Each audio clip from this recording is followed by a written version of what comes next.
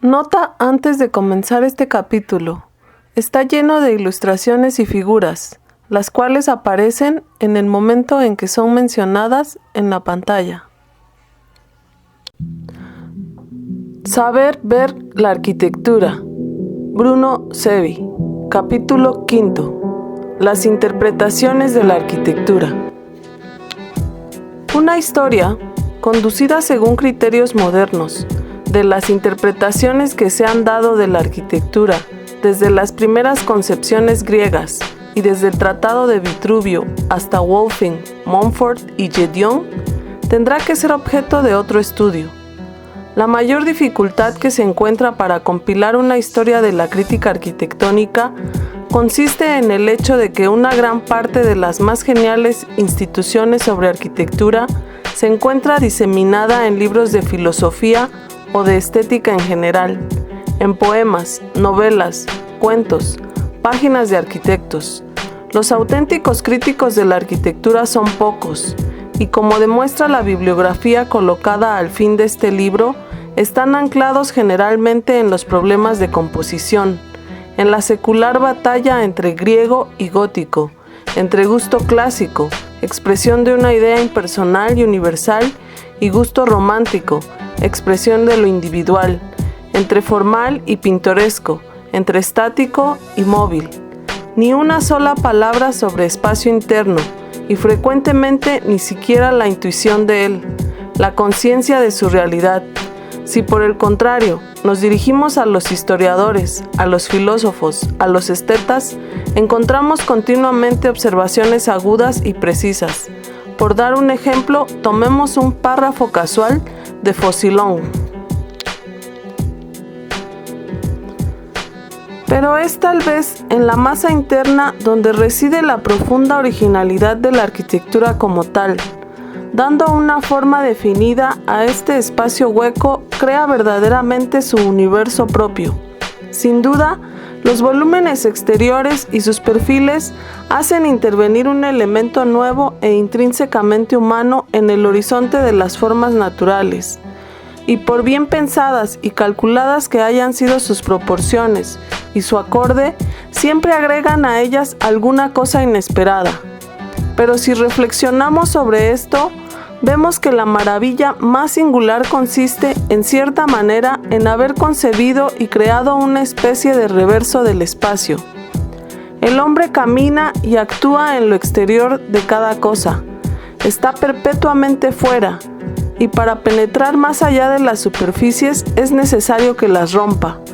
El único privilegio de la arquitectura sobre todas las otras artes, sea que construya habitaciones, iglesias o barcos, no es resguardar un hueco cómodo y rodearlo de defensas, sino construir un mundo interior donde el espacio y la luz se miden según las leyes de una geometría, una mecánica y una óptica necesariamente implícitas en el orden natural, pero donde la naturaleza no interviene.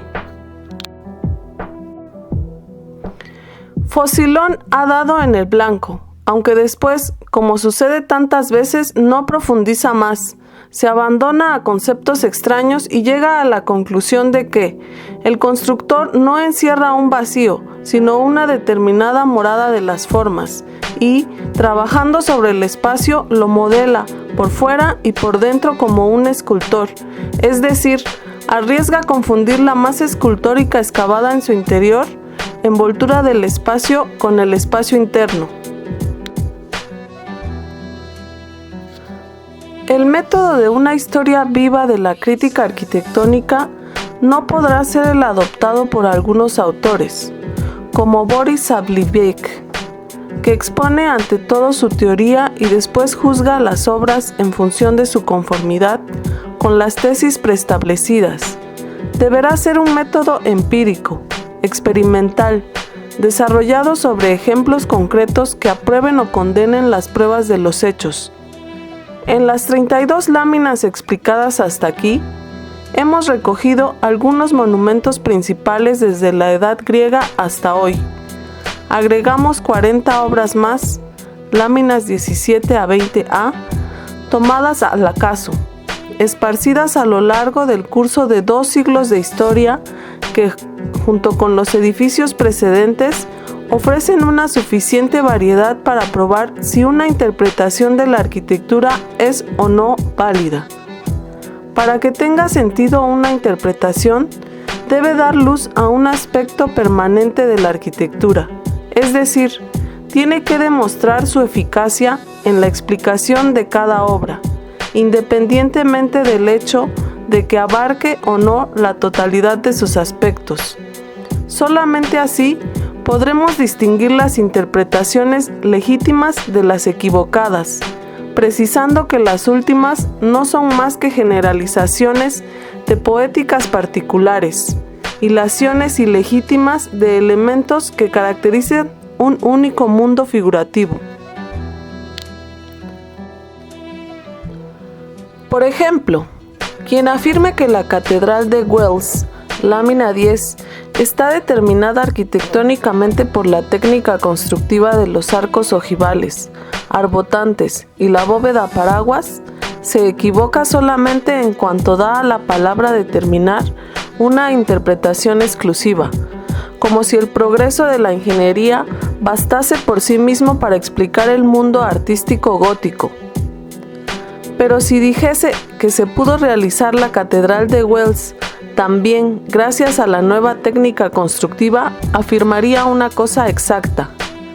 La interpretación técnica es, por tanto, una interpretación auténtica, aplicable a todos los monumentos arquitectónicos, y naturalmente tendrá una mayor significación en algunos periodos, como en la civilización griega, lámina 5, el gótico, lámina 10, y el funcionalismo, lámina 15, mientras que abarcará aspectos secundarios del mundo cristiano, lámina 7, del Renacimiento, lámina 12, o de la moderna tendencia orgánica, lámina 16.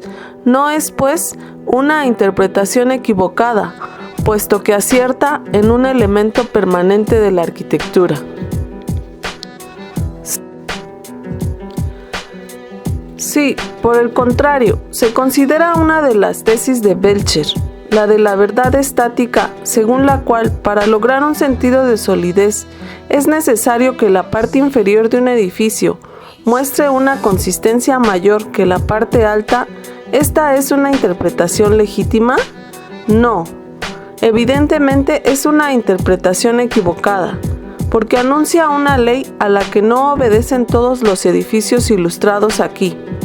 En la poética del Renacimiento florentino, esta ley es a menudo válida, y los ejemplos del Palacio Riccardi o del Palacio Quaratesi, con el tratamiento de las superficies murales en sillería, que se aligera conforme se asciende, se adaptan perfectamente a esta ley, pero el error consiste en la generalización, en elevar una norma poética particular al valor de principio, al que no están sujetos ni las superficies cromáticas uniformes de los palacios medievales, ni el Palacio Strozzi, ni el Palacio Rucellai, láminas 11 y 11A, y menos todavía la arquitectura moderna con sus volúmenes audaces, láminas 15 y 16.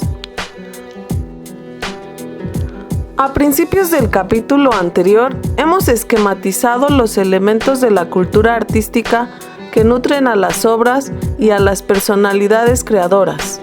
Geoffrey Scott, en su obra cumbre, La arquitectura del humanismo, enumera y discute muchos aspectos de la cultura arquitectónica, y no encontrándolos lo suficiente exhaustivos, los define como equivocaciones.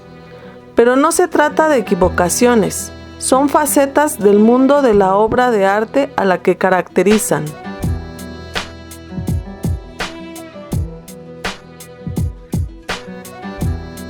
Hacer una historia técnica, política, psicológica o científica de la arquitectura es útil y legítimo, y solamente se peca cuando se pretende que esas historias parciales, es decir, aspectos de la arquitectura, sean historias sin adjetivo especificado y por lo tanto limitativo de la arquitectura.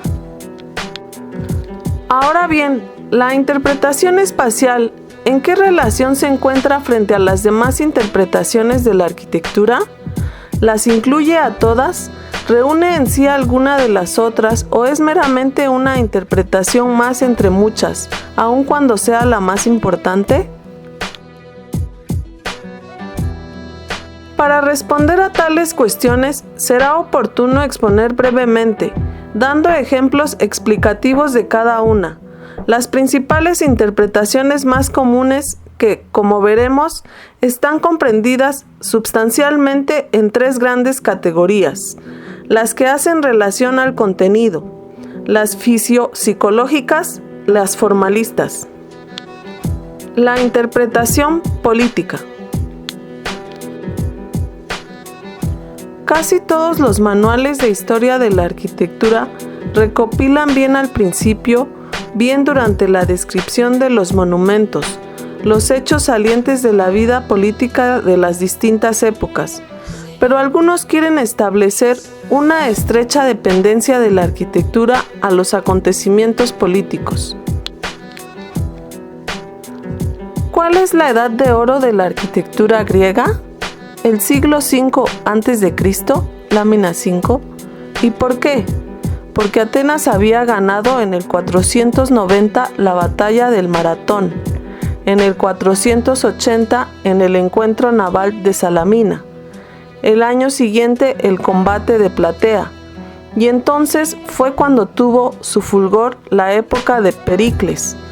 Primero la afirmación política, después o a consecuencia la actuación arquitectónica. ¿Cómo se explica el ímpetu constructivo gótico en Francia y en Inglaterra? Con el surgir del nacionalismo y con el fervor de las cruzadas. Bajo Enrique III se fundan en Inglaterra las catedrales de Lincoln, Salisbury y Westminster, lámina 10. En Francia, Amiens y Chartres, Reims y Beauvais, y la Sainte-Chapelle ha sido edificada por Luis XI. El gótico perpendicular, lámina 10, constituye un estilo inglés que no tiene objeto en el continente. ¿Por qué? Porque en el 1400, con Eduardo III y con Enrique V, Inglaterra afronta los problemas de su política interior, pactando con Escocia y con Gales. Al aislacionismo de la política exterior inglesa corresponde la maduración de un periodo artístico genuinamente británico. Tan pronto como en Enrique VIII, Inglaterra inaugura una política exterior propia y entra en contacto con Europa, el Renacimiento atraviesa el canal y tiene la osadía de colocar una tumba de estilo italiano en el Sacro Corazón del Gótico, en la capilla de Enrique VIII en Westminster. En 1453, los turcos ocupan Constantinopla y un gran número de artistas bizantinos emigran hacia Europa e Inglaterra. Llevan consigo la experiencia secular de las cúpulas orientales, y he aquí que, tras 300 años de agujas góticas y campanarios, aparecen sobre el suelo británico las primeras cúpulas que tendrán luego su colofón en el San Pablo de Londres. La reacción contra la arquitectura rococó que se verifica en Francia hacia la mitad del siglo XVIII tiene también una raíz política. El rococó había sido el estilo de los salones aristocráticos y como tal fue derrocado después de la Revolución en nombre del ideal clásico. En 1933, el nazismo sube al poder en Alemania y esto determina el fin del centro del Bauhaus, lámina 20. Este hecho político provoca la emigración de los arquitectos modernos alemanes a Inglaterra, y he aquí la razón por la que, bajo el impulso de Gropius y de Mendelssohn, se desarrolla en aquel país el movimiento funcionalista. ¿Por qué, a pesar de la presencia de tantos ingenios, la arquitectura moderna en Italia no puede paragonarse con la escuela francesa y la alemana antes de Hitler? porque en Italia el régimen político favorecía la corriente retórico-monumental más bien que la dirección racionalista. ¿Y cómo se explica que, en un cierto momento, hasta la misma escuela de Piacettini, la máscara pseudomoderna de la megalomanía clasicista, tuvo que adoptar el más imprudente academicismo de arcos y columnas, como en la exposición de 1942? También por un hecho político, la alianza de Italia con Alemania y por tanto la influencia obscurantista de la cultura nazi. Como se ve, la interpretación política atiende a las causas de las corrientes arquitectónicas, o bien al simbolismo de los estilos. Se dirá entonces que la Palacina de Stupinigi, lámina 14, es símbolo de la reacción aristocrática y que los almacenes Schocken de Mendelssohn, lámina 19, lo son de la democracia capitalista, pero sobre cuestiones de símbolos trataremos extensamente más adelante. La interpretación filosófico-religiosa. La arquitectura es el aspecto visual de la historia, es decir, el modo en que la historia aparece. Tal interpretación se puede dar en el plano político o en el plano de las concepciones filosóficas. La Reforma Protestante señala la hora de la muerte de la arquitectura gótica en Inglaterra y la llegada del Renacimiento. A causa de la Reforma, Somerset pudo destruir los edificios domésticos de Westminster y hacerse una casa, y así muchas iglesias fueron transformadas en escuelas o castillos. Los protestantes ingleses hicieron alianza con los luteranos alemanes y holandeses, y esta es la razón de que el Renacimiento llegase a Inglaterra en las versiones alemana y holandesa, bastante antes de que Íñigo Jones, el alborada del 1600, emprendiese su viaje paladiano a Italia. Sin la Reforma no tendríamos las 52 iglesias de Green, ni el esplendor de San Esteban de Londres, ni Hampton Court. Tampoco tendríamos la civilización georgiana con su nudismo protestante. El neoplatonismo formulado, el concepto del infinito, quiebra la visión aislada del ser. Esta dirección filosófica se refleja en la arquitectura de la época helenista y explica su rebeldía contra la determinación volumétrica y plástica del templo griego, lámina 5, así como su nuevo acento escenográfico. Es demasiado fácil decir que la arquitectura gótica refleja el espíritu monástico. Esto podía ser cierto en Chartres, pero en Amiens una atmósfera profana denuncia el acuerdo conseguido entre recta vida y buena vida, lámina 10. Si el Renacimiento quiere decir laicismo o protestantismo, es natural que la Iglesia de Roma se revele y estimule la arquitectura barroca, lámina 13, con su fasto antitético al rigor humanista, láminas 11 y 12.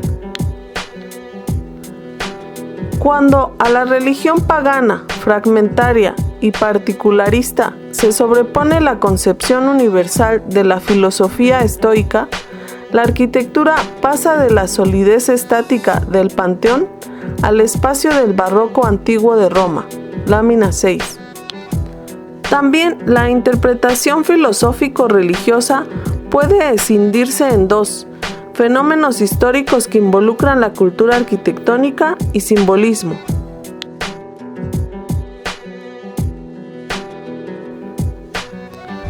La interpretación científica.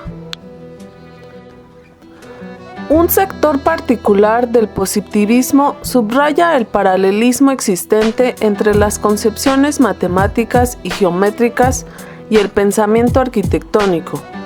La geometría euclidiana, configurando el ser sensible según dimensiones mesurables y precisas, acompaña a la sensibilidad espacial griega, lámina 5. En la poética de Brunelleschi, lámina 4, encontramos la voluntad de establecer planos de simetría y acentuaciones plásticas sobre el eje central de los edificios, ahí donde generalmente existen vacíos de rarificación atmosférica.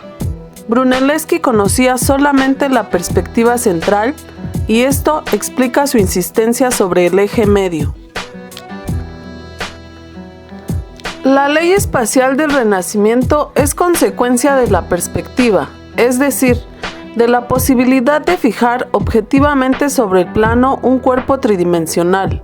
El individualismo y el inmagnetismo del 1400 derivan de esta nueva ciencia del espacio, que permite planear un edificio sobre el papel de la forma en que lo ve el hombre. No es suficiente un arquitecto para construir la cúpula de San Lorenzo en Turín, lámina 14. Se requiere un conocimiento matemático. Si Leibniz no hubiera descubierto el cálculo integral y si los científicos no se hubiesen aplicado a estudiar los métodos de la geometría descriptiva, Guarini no habría podido crearla. Sin la cuarta dimensión del cubismo, a Le Corbusier nunca se le habría ocurrido colocar la Villa Savoy sobre pilotes, lámina 15, ni igualar las 4 fachadas, rompiendo así aquella distinción entre fachada principal, laterales y posterior, implícita en la representación en perspectiva, donde se establece un punto de vista respecto al cual cada elemento queda coordenado jerárquicamente. El mismo descubrimiento cubista va acompañado por la decadencia de la geometría euclidiana, por la revolución de la física moderna, que contra la concepción estática de Newton concibe el espacio como relativo a un punto móvil de referencia, sin la convergencia declarada por los matemáticos modernos de las dos entidades espacio y tiempo, y sin la contribución de Einstein, el concepto de simultaneidad, el cubismo, el neoplasticismo, el constructivismo, el futurismo y sus derivados no habrían podido surgir. Lámina 15A, 18A. La interpretación económico-social. La arquitectura es la autobiografía del sistema económico y de las instituciones sociales. Esta es la tesis de otro sector del positivismo. ¿Qué es la arquitectura medieval?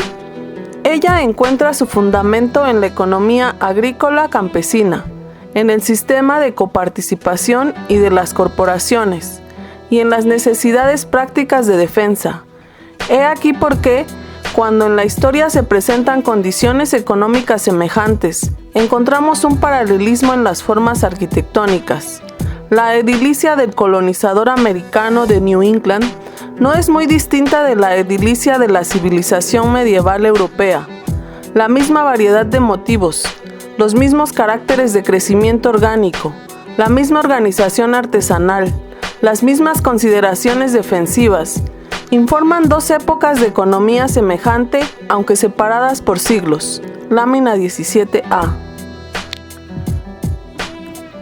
¿Qué es la arquitectura del Renacimiento? El producto de la disolución de la aldea medieval, del desplazamiento de la economía de la granja al mar, del prevalecer de la pesca, de la industria y del comercio sobre la agricultura, de la consiguiente ruptura de la conciencia comunal, que se verifica por la formación de clases económicas. También en el mundo obrero, la corporación se deshace y nace el individuo arquitecto, estableciendo una ecuación. Peter Harrison es a Brunelleschi como el final de la economía agrícola americana es al fin de la economía agrícola europea. ¿Cómo explicar el fenómeno de que el Renacimiento, nacido en Italia en el siglo XV, llegue a Inglaterra después de 200 años y a América después de 3 siglos? ¿Y por qué dura 3 o 4 centurias en Europa, mientras que resiste menos de 100 años en América? Todo esto se justifica considerando que en épocas distintas y con distintas duraciones se han presentado en los diversos países las fuerzas desintegradoras de la aldea y las formadoras de la civilización mercantil. Las formas arquitectónicas derivan de ellas. La arquitectura italiana del siglo XV es ligera y alegre, y lo mismo se puede decir del Renacimiento colonial de los Estados Unidos. Brunelleschi es anticromático, Blanco el georgiano americano. Ambas arquitecturas observan las reglas y evitan la monotonía.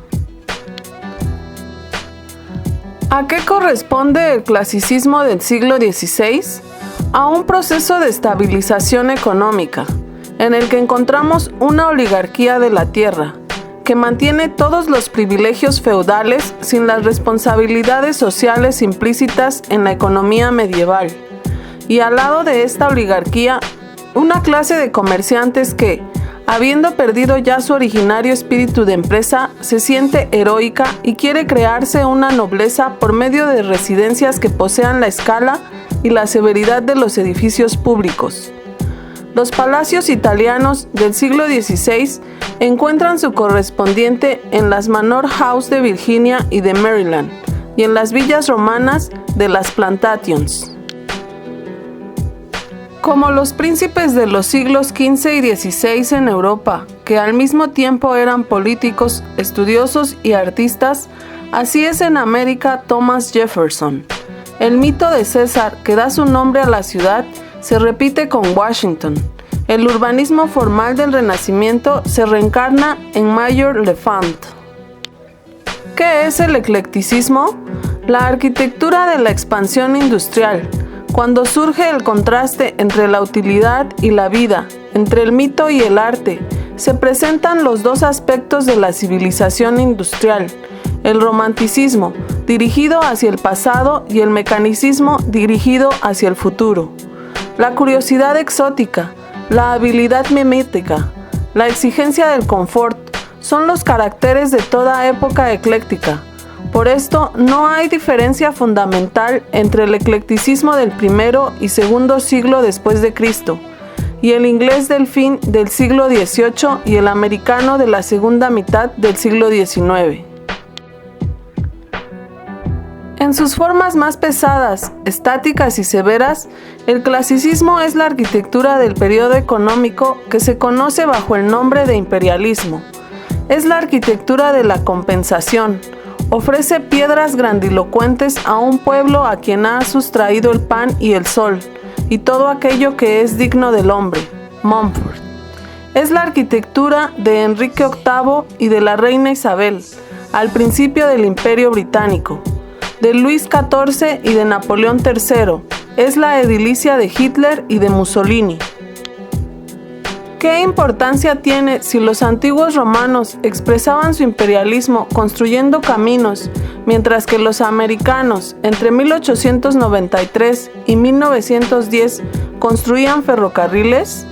¿Qué diferencia hay entre Le Notre y Haussmann, entre los arquitectos de la Exposición Colombiana de Chicago y los autores de la Exposición de 1942 en Roma? Todos traicionan la vida y el progreso en nombre de espectros, simulacros y cosméticos decorativos. Los primeros traicionan al barroco, los segundos a la escuela de Richardson y de Sullivan, los terceros al movimiento racionalista. La interpretación económico-social tiene también sus aplicaciones simbolistas. La cúpula del Capitolio de Washington, una semiesfera apoyada sobre un tambor de columnas equidistantes, ¿no es un símbolo de una ley soberana sobre la igualdad de los ciudadanos? Y los rascacielos de Nueva York, ¿no son el símbolo de un individualismo satánico, del poder de los trusts, ensombreciendo los edificios circundantes? Interpretaciones materialistas. Numerosísimas son las interpretaciones positivistas secundarias. Una de ellas sostiene que la morfología arquitectónica se explica por medio de las condiciones geográficas y geológicas de los lugares donde se yerguen los monumentos. No existe espacio interno en el templo griego, figura 15, porque el clima permitía que las ceremonias religiosas se desarrollasen al aire libre. Los techos en Egipto son planos, en Grecia y en Roma tienen leves pendientes, y se hacen siempre más inclinados conforme se avanza hacia el norte, en Inglaterra y en Noruega. En Egipto, el granito permite una estatuaria y una decoración en gran escala, pero no el refinado modelado helénico que solamente se puede realizar en el mármol. Del mismo modo, el cromatismo de la arquitectura babilónica, asiria y persa se justifica por el uso de los ladrillos y de la terracota, y así lo volvemos a encontrar como carácter distintivo en tiempos tan lejanos, en Bélgica y en Holanda. La madera califica la arquitectura escandinava desde la época más remota hasta Alvar Aalto. Es de notar que, en cuanto respecta a los materiales, arquitectos y críticos favorecen el fácil camino del determinismo. Así, cuando Frank Lloyd Wright publicó sus obras de 1887 a 1941, debiendo elegir un título que comprendiese su investigación, propuso In the Nature of Materials, en la naturaleza de los materiales. Y también muchos críticos, cuando quieren defender la arquitectura moderna, empiezan hablando del hormigón armado y del acero. El mismo Montfort, comprobando que el neohelenismo aparece en América antes que en Edimburgo o París, comenta el hecho con la consideración de que las formas griegas, habiendo tenido un origen morfológico en las estructuras de madera, se adaptan mejor en un país que tenía abundancia en este material. Algunos autores extienden una interpretación semejante a un terreno más vasto y arbitrario. ¿Por qué razón el gótico resistió tan largo tiempo en los países nórdicos mientras que tuvo corto arraigo en las regiones meridionales? Porque el sur, los rayos del sol inciden casi perpendicularmente y por tanto el mayor efecto de contraste entre sombras proviene de las cornisas, de los salientes horizontales. Más en los países septentrionales el sol está más bajo y sus rayos inciden más tangencialmente, y por esto las líneas verticales son las más eficaces para el empleo de la luz como instrumento arquitectónico. ¿Por qué encontramos en el norte una abundancia de arquitectura romántica, pintoresca, aformal? Lámina 18A. Mientras que en el sur comprobamos una insistencia clasicista? Por una razón parecida.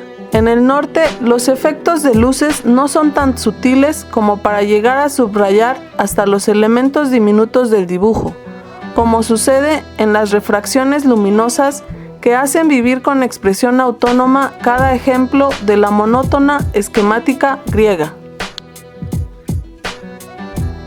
Ruskin establecía las leyes de la arquitectura sobre la base de la naturaleza del terreno cultivado, llano y abierto, arquitectura de formas simples, meramente funcional. Terreno cultivado y de riñente campiña, arquitectura pintoresca. Terreno boscoso, pintoresquismo. Cielo sereno, arquitectura horizontal, cielo gris y nuboso, como en el norte, verticalismo lineal. La interpretación utilitaria es conocida. Todo edificio debe responder a su objeto, mas la discusión surge cuando se quiere precisar la naturaleza de ese objeto.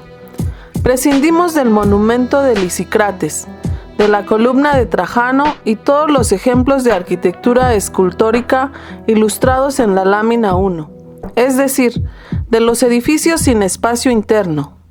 Pero, ¿cuál es el objeto del Taj Mahal? Lámina 17, sino el de una eterna y pura contribución del amor de un hombre hacia su esposa?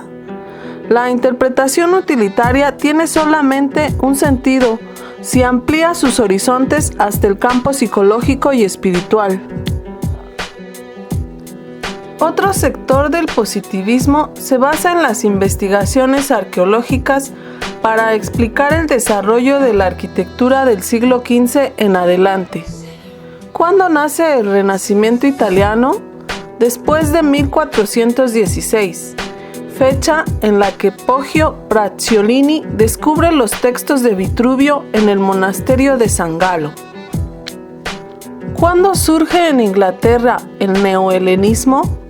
El revival griego hace furor inmediatamente después de la publicación de The Antiques of Athens, cuando los hermanos Adam empiezan a copiar las decoraciones griegas y cuando en 1800 Lord Elgin transporta a Londres aquella espléndida colección de fragmentos arquitectónicos que se conserva en el British Museum.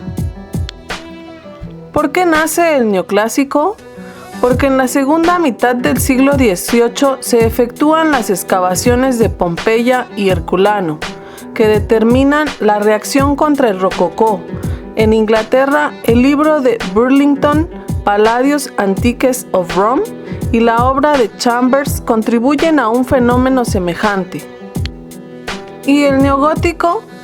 En Francia está conectado con la obra de Viollet-le-Duc, en Inglaterra con la influencia de Ruskin, que, en la segunda mitad del siglo XIX, corrobora la decisión de Sir Charles Barry y Pugin de reconstruir el Parlamento inglés en estilo perpendicular. Los aspectos de la interpretación materialista son infinitos, y ella todavía hoy es ampliamente difundida. Se puede apostar que más de uno, al leer nuestra página sobre Santa María in Cosmedin, lámina 4, habrá pensado: ¿qué extrañas contorsiones mentales para explicar estas pilastras? La razón, por el contrario, es otra y muy sencilla. En la iglesia antigua había matroneum, y como este era demasiado pesado, algunas columnas fueron engrosadas y transformadas en pilastras. Eso es todo. La interpretación racial está ilustrada en la figura 29. Son conocidas las interpretaciones naturalistas o miméticas según las que, por ejemplo, la columna y el capitel griegos repetirían sus formas de los haces de ramas del antiguo templo, los cuales sostenían al arquitrabe con baldosas de tierra cocida intermedias.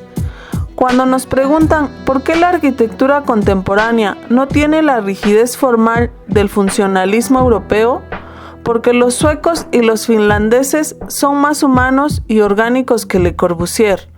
Algunos materialistas contestan: los árboles en Escandinavia crecen según líneas curvas y por ello sugieren miméticamente una arquitectura menos prismática que la del hormigón armado y el acero. La interpretación técnica. La interpretación técnica prevalece en alto grado entre todas las interpretaciones positivistas. No cabe duda que la historia de la construcción es parte tan importante en la historia de un monumento que sin ella una crítica parece manca y abstracta, pero se ha abusado tanto de la interpretación técnica que valdrá la pena razonar brevemente sobre ella. Ante todo, parece absurda la tesis de que las formas arquitectónicas están determinadas por la técnica constructiva. Más bien, asistimos frecuentemente en la historia al proceso inverso. Las formas repiten una técnica ya superada en los hechos. Por ejemplo, las formas egipcias continúan modelándose según la apariencia de las maderas primitivas, cuando desde siglos el material adoptado era la piedra. Los órdenes griegos obtienen sus perfiles de los elementos de madera del templo arcaico y los traducen en mármol. La sillería almohadillada del Alto Renacimiento se trabajaba en su cara aparente, de una forma que nada tiene que ver con ensillar de piedra real. El siglo XIX coloca falsos almohadillados sobre el revoque y almibara las paredes con mármoles y maderas pintadas, hasta las actuales construcciones de hormigón armado. En lugar de aprovechar las inmensas posibilidades de resistencia continua de un material que puede ser modelado antigeométricamente como en la torre de Einstein de Mendelssohn, lo constringen en columnas y en vigas, repitiendo formas que son propias de la construcción metálica. La belleza de la máquina y las tendencias tecnográficas han acompañado todos los movimientos de vanguardia del primer cuarto de nuestro siglo. Pero aquellos funcionalistas que se extasiaban ante un automóvil y exaltaban su racionalidad, nunca se han preguntado por qué el motor iba colocado delante, pese a todos los problemas de transmisión a las ruedas posteriores, y no sospecharon que hasta esto deriva probablemente del hábito de ver la fuerza motriz de los caballos ante el conductor. Hay cosas más increíbles todavía, como es el hecho de encontrar arqueólogos que dedican toda su vida a los caracteres constructivos de los monumentos, que desvalorizan toda contribución crítica y se exaltan por el descubrimiento de un detalle técnico mínimo, siendo al mismo tiempo reaccionarios frente a la arquitectura moderna. Pero si la interpretación técnica considera a la arquitectura como un instrumento idóneo para elevar el nivel constructivo de la vida humana, ¿cómo se puede paragonar el equilibrio estático de las piedras de la edilicia antigua con esta espléndida máquina de la casa moderna que tiene luz y calefacción, ascensores, servicios higiénicos, lavadero automático, instalaciones contra incendio, incendiadores de desechos, cañerías neumáticas, teléfonos y radio? Si todo se fundamentara en la técnica, tendrían razón aquellos técnicos del funcionalismo maquinista que se entusiasman frente a la energía y el dinamismo de la arquitectura moderna. Los manuales de composición arquitectónica, dándose cuenta de semejantes dificultades, han establecido una distinción entre construcción real y construcción aparente, entre ingeniería práctica e ingeniería estética. Han predicado que no basta que un edificio presente una solidez estructural efectiva, debe tener también una aparente. ¿Y qué es esta solidez aparente? Un revestimiento de piedra tosca de un espesor de 2 centímetros que dé la impresión de que la casa está construida en piedra. Dejar llenos o reforzar con sillares las esquinas de un edificio cuando éstas pueden quedar completamente libres. La solidez aparente no es ley a priori, es sencillamente la antigua solidez, es decir, la costumbre a las relaciones de peso tradicionales. Por eso tiene razón los modernistas que juzgan que una nueva técnica debe seguir una nueva sensibilidad estructural. Lámina 16, 17 y 2. El Palacio Chiericati en Vicenza está colocado sobre columnas, lámina 12, no menos que la Villa Savoy en Poissy de Le Corbusier, lámina 15. Si las primeras columnas parecen más sólidas que las segundas, si las columnas dobles a los costados del lleno confortarían a Schopenhauer bastante más que nuestros pilotis, no depende de reglas absolutas de gravitación fisiológica, sino más bien de una inveterada aquiescencia con los equilibrios estáticos del pasado. ¿Y qué decir del Falling Water? Se cuenta que cuando se trató de demoler la última viga de madera del encofrado, en el que había sido formada la gran terraza lanzada en el vacío, lámina 16, los operarios rehusaron seguir el trabajo.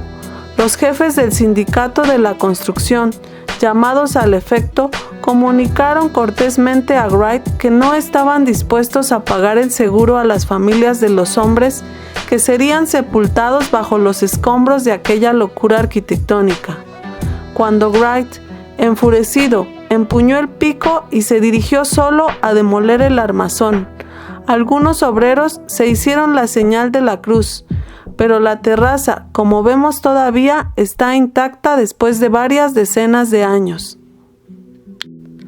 En conclusión, la interpretación funcionalista, en su doble significación utilitaria y tecnicista, es fruto de una inhibición mental que, nacida en la polémica contra el arte por el arte, bandera del no arte tradicionalista, y en la apología del mundo industrial moderno, y de los fines inmanentes y sociales de la arquitectura, no ha hecho otra cosa que elegir el otro término de aquel binomio, arte y técnica, en el que desde los más antiguos tratadistas se quería desintegrar la producción arquitectónica. Las interpretaciones fisiopsicológicas. No vale la pena detenerse en aquellas interpretaciones psicológicas que son vagas evocaciones literarias de estados de ánimo, producidos por los estilos arquitectónicos. Son conocidas las ecuaciones Egipto igual edad del temor, en la que el hombre está dedicado a la conservación de un cuerpo sin el cual no podrá encontrar la reencarnación. Grecia igual a edad de la gracia, símbolo de tregua contemplativa en el torbellino de las pasiones. Roma igual edad de las fuerzas de la pomposidad. El paleocristiano igual a edad de la piedad y del amor. El gótico igual a edad de la aspiración. El renacimiento igual a edad de la elegancia. Los revivals igual a edad de la memoria. De un valor muy distinto, fundamental en la historia de las interpretaciones arquitectónicas, es la teoría de Ein-Fue Long, según la cual la emoción artística consiste en el ensimismamiento del espectador en las formas y por ende en el hecho de que la arquitectura transcribe los estados de ánimo en las formas de construir, humanizándolas y animándolas. Mirando las formas arquitectónicas, vibramos con ellas en simpatía simbólica, porque suscitan reacciones en nuestro cuerpo y en nuestro ánimo. Partiendo de estas consideraciones, la simpatía simbolista ha intentado reducir el arte a una ciencia. Un edificio no sería otra cosa que una máquina apta para producir ciertas reacciones humanas predeterminadas. Comencemos por la casuística de los elementos geométricos. La línea horizontal, láminas 5, 11, 15 y 20. Cuando seguimos por instinto mimético la línea horizontal, nos damos cuenta de que expresa el sentido de lo inmanente, de lo racional, de lo intelectual. Es paralela a la tierra, sobre la que el hombre camina. Por esto acompaña su andar, se desarrolla a la misma distancia del ojo y así no da lugar a ilusiones acerca de su longitud. Su trayectoria siempre encuentra algún obstáculo que subraya su límite. La línea vertical, lámina 10 y 17, es símbolo del infinito del éxtasis, de la emoción. El hombre para seguirla se detiene, alza los ojos hasta el cielo y abandona su directriz normal. La línea vertical se rompe en el cielo, se desvanece en él, nunca encuentra obstáculos ni límites, engaña acerca de su longitud. Es, por esto, símbolo de lo sublime. Algunos autores hacen una distinción entre la línea ascendente de una voluta que representa alegría y la descendiente que provoca tristeza. La línea recta y línea curva, láminas 2A, 3, 19 y 20. Las líneas rectas significan decisión, rigidez, fuerza. Las líneas curvas representan excitación, flexibilidad o valores decorativos. La línea helicoidal, lámina 13, es el símbolo de ascender, del desprendimiento, de la liberación de la materia terrena. El cubo, lámina 18, representa la integridad, porque todas sus dimensiones son iguales entre sí, inmediatamente comprensibles y dan al espectador el sentido de la certeza definitiva y segura. El círculo, lámina 1A, da el sentido del equilibrio, del dominio, del control sobre todos los elementos de la vida. La esfera y por tanto las cúpulas semiesféricas representan la perfección, la ley final conclusiva, lámina 3. La elipse, lámina 13, desarrollándose en torno a dos centros, nunca permite reposar al ojo, lo hace móvil e inquieto. La interpretación de las formas geométricas es símbolo de dinamismo y movimiento continuo, láminas 8a. Estos son ejemplos de la semántica del Einfühlung, que analiza científicamente la extensión del propio yo en los elementos arquitectónicos, ya sea por parte del arquitecto, ya del observador. La gramática está dada por las proporciones, por el ritmo, por la simetría, por la euritmia, por el contraste y por todas las demás cualidades de la arquitectura que analizaremos en la interpretación formalista, a la que el Einfühlung da un substrato fisiopsicológico. Siempre es fácil pasar de una ciencia de lo bello a una ley de lo bello. La filosofía de la simpatía ha dado nuevo prestigio a tres interpretaciones anteriores de la arquitectura. A. La interpretación de las proporciones, según la cual, así como existe una escala musical adecuada a la fisiología humana, así también existen proporciones arquitectónicas bellas en sí mismas. Algunos autores hasta han querido traducir en música las proporciones arquitectónicas. Figura 30. B. La interpretación geométrico-matemática, que ha dado lugar a todas las elucubraciones de Viollet-le-Duc, Thiers, Zeising y Gica. Los autores más sensatos se limitan a comprobar la geometría latente en muchas composiciones arquitectónicas. Figura 31. Pero otros, en nombre de armonías espaciales, cósmicas y nucleares, se empeñan en largas disquisiciones sobre triángulos egipcios, sección áurea, combinaciones euclidianas de acordes, módulos analógicos, sobre las más abstrusas interpolaciones y sobre la simetría dinámica. C. La interpretación antropomórfica, inaugurada por Vitruvio, que en homenaje a la teoría aristotélica de la mímesis justificaba los órdenes por su consonancia con el cuerpo humano. Varios críticos continúan todavía hoy en este camino. Figura 32. Siguiendo estos conceptos, la teoría del Einfühlung abarca todo el edificio. Para ella, toda la crítica de la arquitectura consiste en la capacidad de transferir el propio espíritu al edificio, en humanizarlo, en hacerle hablar, en vibrar con él en una simbiosis inconsciente, en la que nuestro cuerpo tiende a repetir el movimiento de la arquitectura.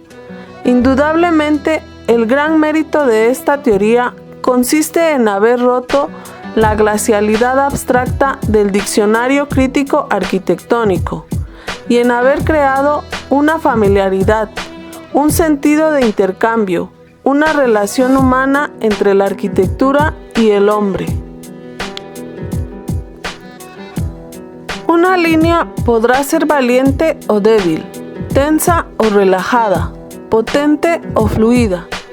Una superficie podrá ser vulgar, llena de elementos eclécticos o, por el contrario, amplia y serena como la del Palacio Farnesio, lámina 2, congestionada como la de la Biblioteca Florentina de Miguel Ángel, lámina 12, insípida y muda como la del Monumento de Sacconi, lámina 1, fuerte y dramática como en el ábside de Monreale, lámina 18.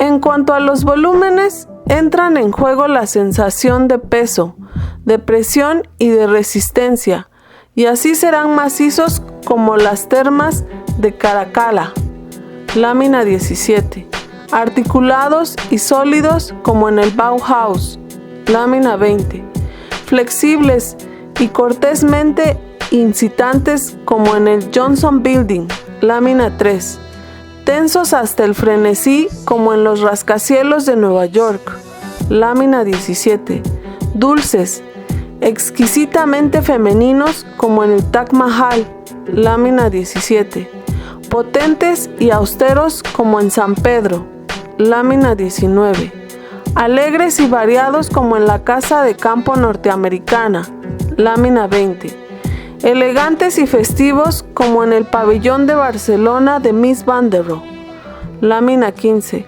alegres o terribles, sonriéndose malignamente del sentido de la inestabilidad humana como en el Falling Water de Wright, lámina 16. Las estéticas antiguas afirmaban que la arquitectura es el arte que podía ofrecer la más restringida gama de emociones. Representaba la calma, Grecia, o la fuerza, Roma, o el éxtasis, el gótico. La teoría de la simpatía ha superado este prejuicio.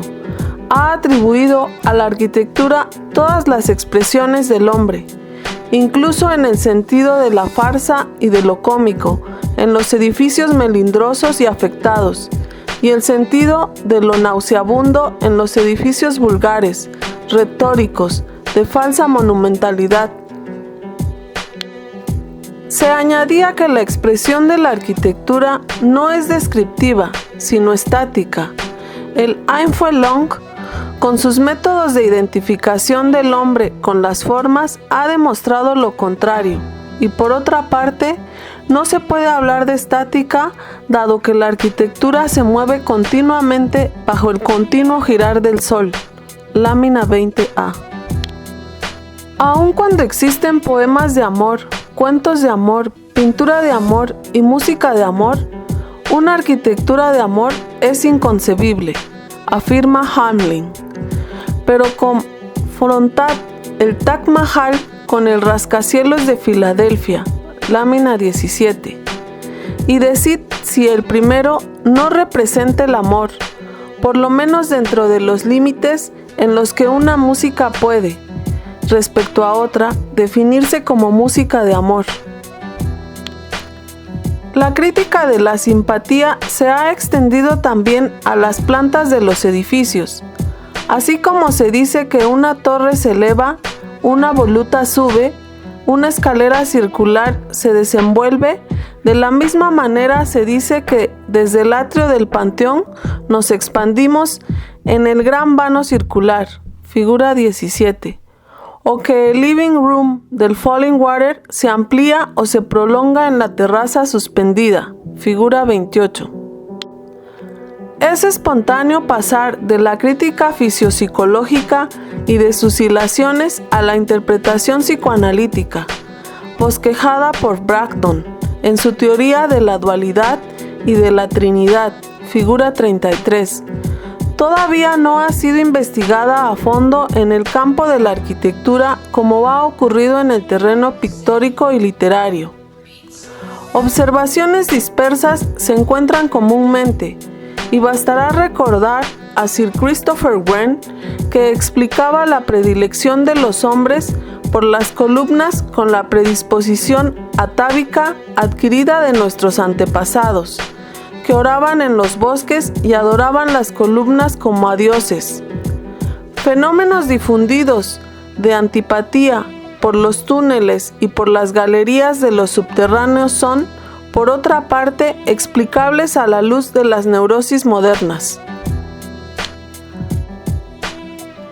El mismo filósofo romano, Lucian Blaga, discutiendo el concepto de sentimiento del espacio en Rieg, Frobenius y Spengler, individualiza en el fenómeno del subconsciente e investiga las relaciones entre el concepto de espacio sensible y la psicología abisal. Pero estamos en el campo de la estética, aún no en el campo de la crítica arquitectónica. La interpretación formalista. Las estéticas tradicionales enuncian una aburrida serie de leyes, cualidades, normas, principios, a los que debe responder la composición arquitectónica, la unidad, el contraste, la simetría, el equilibrio, la proporción, el carácter, la escala, el estilo, la verdad, la expresión, la delicadeza, el énfasis o la acentuación, la variedad, la sinceridad, la propiedad. Como se ve, se trata de cualidades formales y de cualidades morales y psicológicas. Analicemos su consistencia. La unidad. Propósito de todo artista es expresar en su trabajo una sola idea. Toda composición, tanto en planta como en frente, debe tener un carácter de ligazón entre todos sus componentes. Componer es el contrario de yuxtaponer. Yuxtaponer no tendría la fuerza de un discurso, sería simplemente una serie de palabras inconexas sin significado. Dos estatuas iguales vecinas, dos casas idénticas, dos pisos de misma altura superpuestos no forman unidad, sino mejor dualidad. Por esto, todas las formas geométricas que en el ojo puede descomponer en dos partes, por ejemplo, un rectángulo formado por dos cuadrados, deben ser excluidas.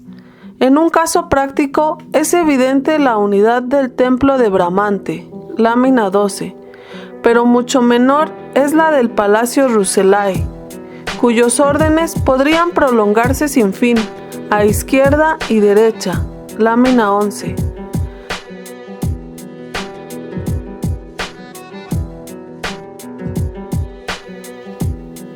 ¿Las masas del castillo de Stupinigi son yuxtapuestas o son unitarias? Lámina 14. Y la unidad del rascacielos de Filadelfia, lámina 17. Esta cualidad, según la cual todo elemento de la obra de arte es necesario y nada más se puede añadir ni subtraer, ¿sería rota si eleváramos dos pisos más? La simetría. Es el equilibrio en los edificios formales, de carácter axial. Son simétricos el arco de Tito y el monumento a Víctor Manuel, lámina 1. El Palacio Farnesio, el Partenón, Santa Sabina, San Ambrogio, el Palacio Strozzi y la Iglesia del Santo Espíritu, el Palacio Chiericati, el Taj Mahal y la Galería de Máquinas de París, Monreal y la Rotonda, las casas de comercio de Schocken y el patio de Borromini. Por el contrario, no son simétricos el Falling Water, el edificio Johnson, el Palacio Vecchio de Florencia, el pabellón de Miss Van der Rohe, la residencia de Taliesin, cualquier vivienda agrícola, las oficinas de School y el Bauhaus, pero estos edificios asimétricos, para responder al canon de la unidad, deben obedecer a la ley del equilibrio. El equilibrio o balance es la simetría en la arquitectura formal sin ejes. La palabra anglosajona indica bien su significado respecto a un plano, aunque sea invisible, colocado en la parte central de un edificio. Es necesario que a uno y otro lado haya masas de un mismo peso. Imaginemos tener una delicada balanza y un juego de pesas de hierro iguales. Pongamos un número igual de pesas en uno y otro plato y tendremos el equilibrio. En el caso de que las pesas estén igualmente dispuestas en los dos platos, tendremos simetría. Si en un platillo estuviesen una sobre otra en forma de torre y en el otro simplemente alineadas, la balanza continuaría igualmente en equilibrio y entonces tendríamos balance. La torre del Mangia de Siena tiene el mismo peso que el palacio que se extiende horizontalmente a su derecha. El cuerpo que avanza a la izquierda en el pabellón de Barcelona tiene la misma fuerza de gravitación que el muro liso que se desarrolla a su derecha. La terraza del segundo piso del Falling Water No es central con respecto a la del primer piso, pero un voladizo abierto y el elemento vertical de la chimenea equilibran las masas. Si así no fuese, experimentaríamos molestia física, dicen los psicólogos, como si nos faltara algo, como si estuviésemos nosotros mismos inclinados hacia un lado, como si tuviésemos un brazo amputado. En otras palabras, la amputación del equilibrio de un edificio provocaría, por simpatía simbólica, una sensación de amputación en nuestro cuerpo. El énfasis o la acentuación. En cada composición es necesario un centro de interés visual, un punto focal que atenace el ojo.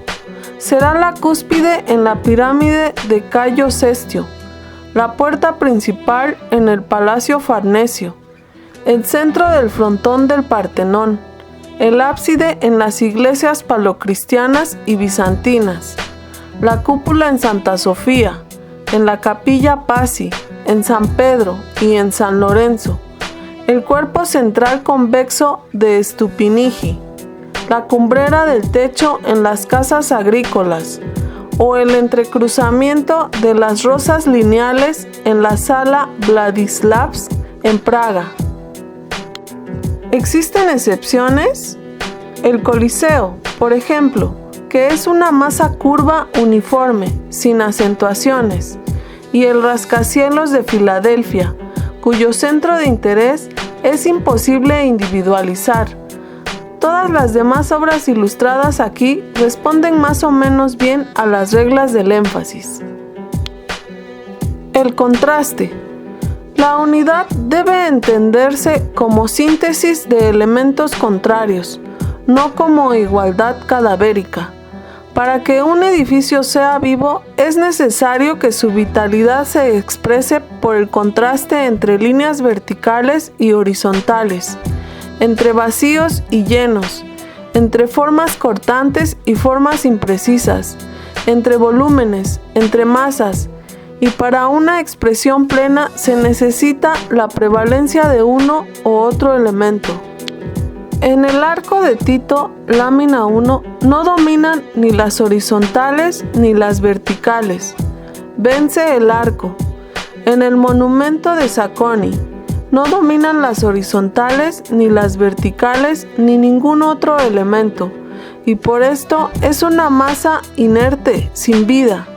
El Palacio Farnesio, lámina 2, si Miguel Ángel no hubiese acudido con su poderoso cornizamiento, habría corrido quizás el riesgo de tener el mismo fin, ya que sus horizontales prevalecen poco sobre las verticales, y los llenos se equilibran con los vacíos. Es evidente que en las iglesias góticas las verticales prevalecen sobre las horizontales, lámina 10, que los llenos dominan a los vacíos en el Palacio Vecchio, y que lo contrario ocurre en el Palacio Chiericati. La horizontal vence en Falling Water, pero si no existiesen los elementos verticales y faltase, por ende, el contraste, toda la composición se derrumbaría plásticamente. En este caso, por el contrario, la vitalidad se exalta en los contrastes de la calidad de los materiales, lisos o rugosos, y en los contrastes de color. La proporción.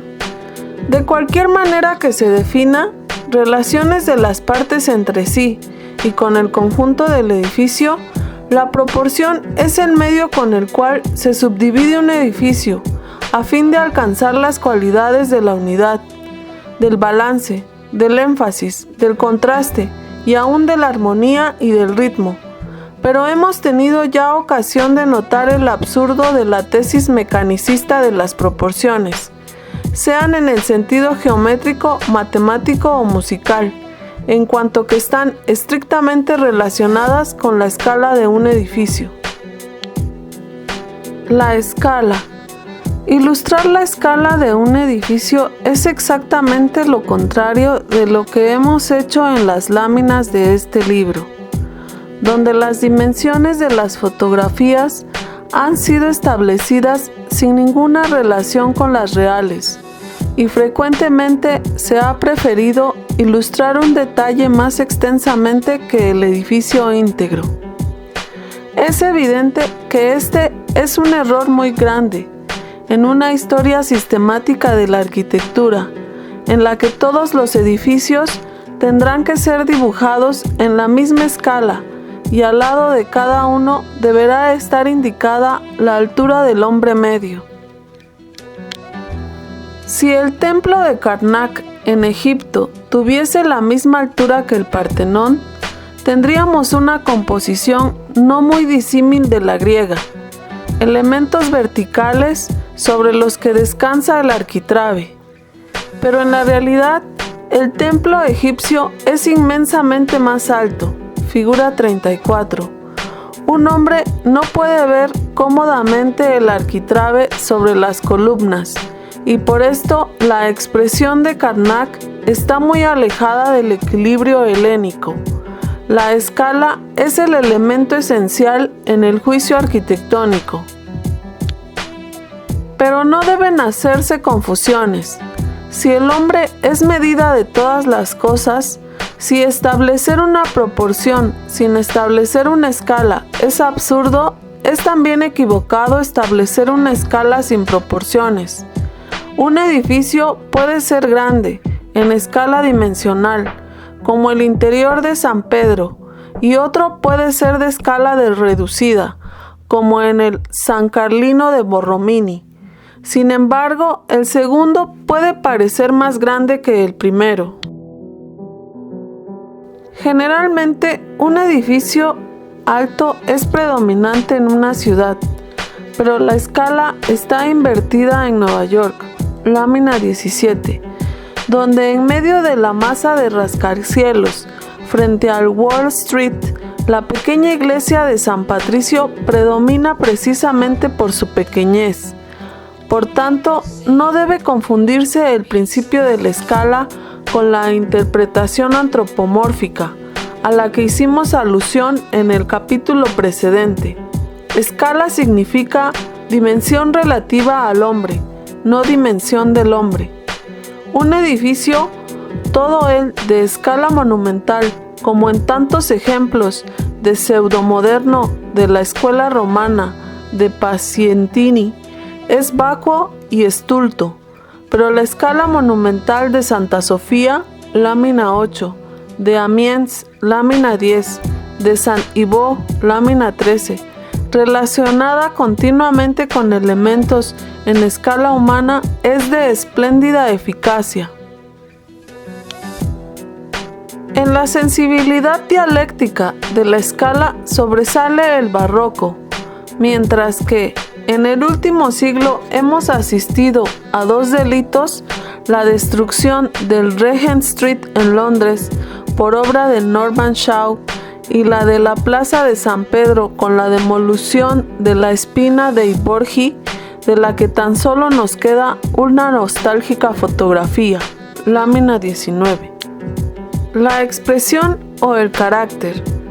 Todos están de acuerdo sobre la exigencia expresiva de la arquitectura, pero las dificultades surgen cuando se pregunta: ¿qué es lo que debe expresar la arquitectura? Si se trata del sentimiento o de la personalidad del artista, el problema atañe a la estética. Si se trata de expresión psicológica, de la que ya se ha hablado antes, aún un maniquí puede tener la unidad, la simetría o el balance, el énfasis, el contraste, la proporción y la escala. Pero si le falta la vida, la expresión, la fisonomía, si no dice nada, nunca será un ser viviente.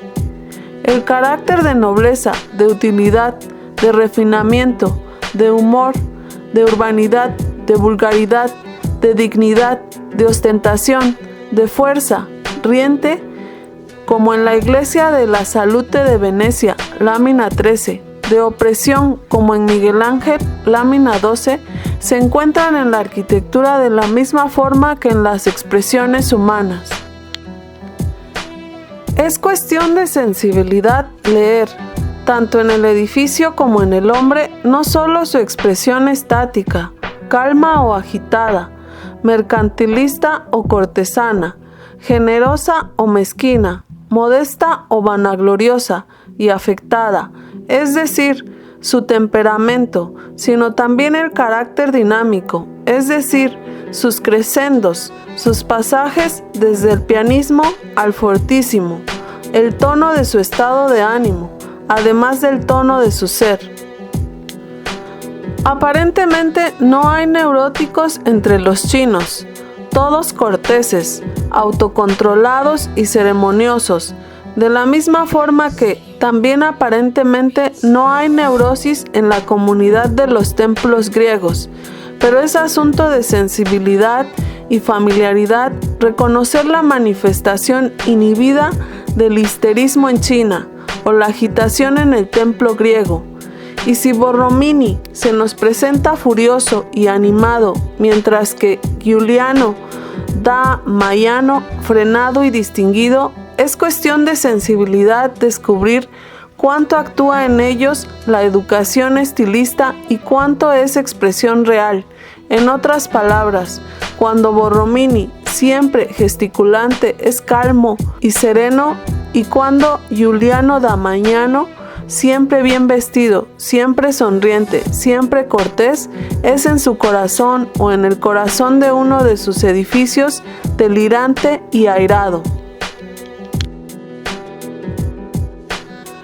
Si se tiene en cuenta este predicado psicológico y no formal de la expresión, será fácil desembarazarse de todos los prejuicios de praxis moral salidos de ella.